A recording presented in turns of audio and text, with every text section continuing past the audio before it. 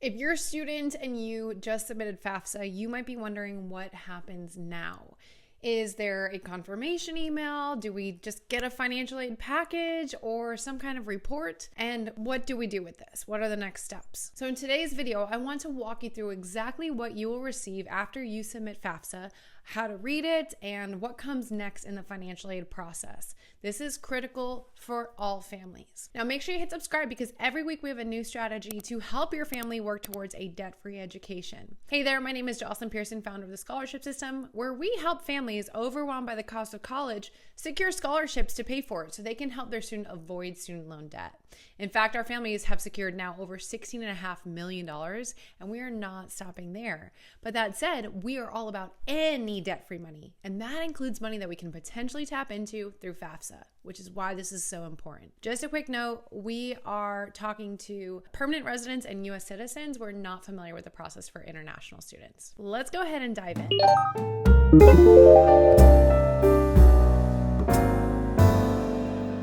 So when we submit FAFSA, you and your student each need to have your own login. There are 30 questions. It's pretty straightforward. We have a whole FAFSA playlist.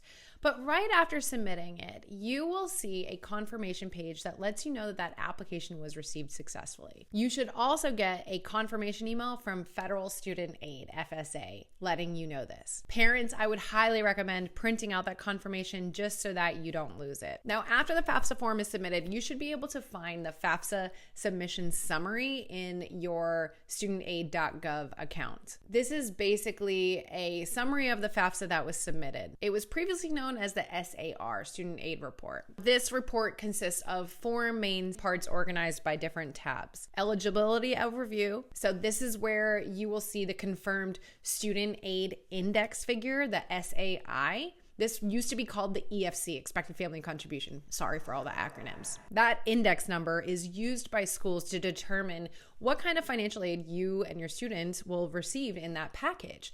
Now, even though this number, it's the same number that will be sent to all of the universities that your student chooses, it can result in completely different financial aid offers at each school. So just keep that in mind. Just because maybe you send that one figure, that SAI, to one school and they come back with, you just have to pay for all of it, that doesn't necessarily mean that that same figure will result in the same offer from different schools. This is very important to keep in mind. Now, if the SAI is negative, this means that your student has a really high chance of receiving financial aid. This is where I would recommend to our families in the scholarship system to pursue colleges that have high need meeting criteria, meaning that they will cover the gap. They will figure out an aid package that covers the gap. So the first section, again, it's SAI. The second tab you should see is FAFSA form answers. Third will be school information. So this is which schools you and your student chose to send the FAFSA information to. And then the fourth tab should be next steps. Now I will say I am recording this just before they release the latest FAFSA form and site, so they might have some small tweaks, but we are not expecting major changes as of this year, as of 2025 when I'm recording this. Finally, I should say. We've had a lot of changes over the last few years. Okay, now one thing I want to clarify is this report is not a financial aid offer. This is what they use to determine financial aid offers. This is just a government report of your data, and it should have been free, so you do not pay to submit this by any means. I just want to note that. Now, you can see aid amounts listed on the tab, and those are estimated based on the information that you provided on the FAFSA form, but they are not guaranteed to be offered by your student's school. Again, the school will make the final decision about what kind of aid it offers to your student.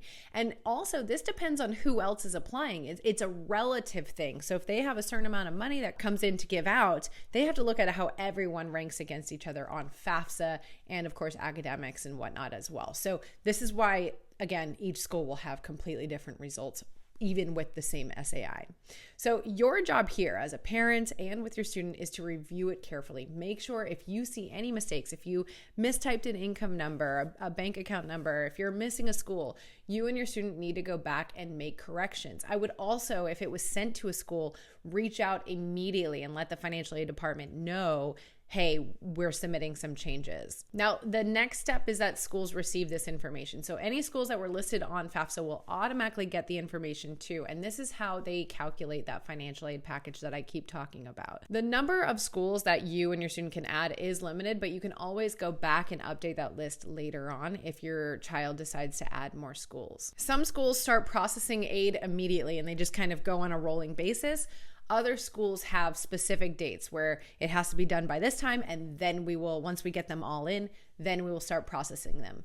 This is also a big tip that I share with our families in the scholarship system. Make sure you're not only looking at admissions deadlines per school, but their FAFSA deadlines as well. For example, I found a student who missed the deadline for NYU. They had their own deadline, and he missed out on $40,000 of aid a year, and they would not let him submit it late. Okay, so the next step is to take actions and really respond to any kind of request. So sometimes financial aid offices will reach out and ask for something called verification. This is when they'll ask for actual forms proving what was entered. For example, tax forms, W-2s, other documents that might confirm the numbers that you entered into FAFSA. This does not mean that you necessarily did anything wrong.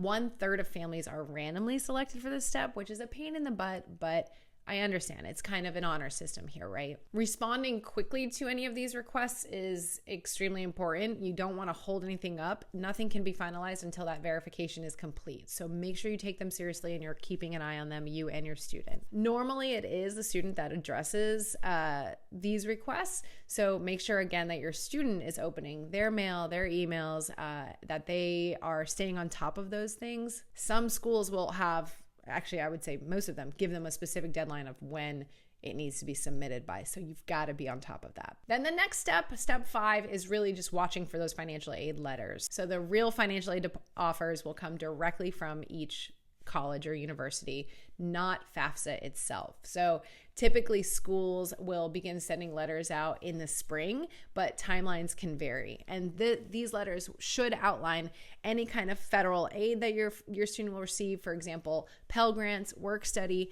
and they will also note federal student loans. This is important to note because sometimes they will word the student loans as a financial aid award. And I've actually just last week met someone who accidentally borrowed a ton of money, and she thought that it was debt-free money because the way they worded it on their FAFSA report, on that financial aid package that they offered her. So we have to really read these financial aid offers meticulously. So again, they'll offer any kind of financial aid from the federal government, those Pell Grants, work study, any kind of federal loans. They will also list state aid, so if that's applicable, and then they should list any institutional scholarships and grants. Now, those scholarships and grants through the institution, they might have nothing to do with financial need. So even if your family submits FAFSA and is told, oh, you make too much money to get financial aid, you still can often only tap into the merit-based money if your family submits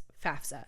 So a lot of schools will not even give out their chunk of money without receiving a FAFSA. Again, this is why every family needs to submit FAFSA. Furthermore, many schools will require a separate application to be considered for their scholarships beyond just the admissions applications. Some of them, they just say submit admissions and we just automatically assess you ourselves. Others have you specifically submit. When I went to college, actually mine was like that, where I had 3 different deadlines. I had the admissions deadline, I had a scholarships application deadline for the university, and I had a FAFSA deadline. Now, beyond this, we should be working on private scholarships at the same time, right? We don't want to just rely on these types of monies. We would be missing out on literally billions of dollars that are potentially out there. So if you are ready to start working on those private scholarships, you can check out my free webinar at thescholarshipsystem.com/free webinar. We'll have the link in the description, or you can click on this video here and open that up separately and attend that after this video finishes. But that's where you will learn where to find legitimate scholarships that have less competition and ones that your student can continue applying to, not just junior year and high school year, junior year and senior year in high school, but all 4 years in college as well. So learning the sets behind winning private scholarships is not only about senior year in high school, but it can benefit them for years coming. So make sure you're checking out that free webinar. Again, it's at thescholarshipsystem.com/free webinar. And if you're curious about the different types of FAFSA forms, FAFSA aid, student loans, we actually will link to a playlist down below. And so that way you can continue watching some of our other helpful free videos so that you know what you and your student are signing up for. All right, so then the final step is really just comparing. For those of you that are members in the scholarship system, we have something called our college cost calculator where you can compare, I think, 4 or 5 universities side by side so that you know you're comparing apples to apples. It's very important to do this. You can try to do it on your own, of course, but if you become a member of the scholarship system, we have a link about that in the description as well.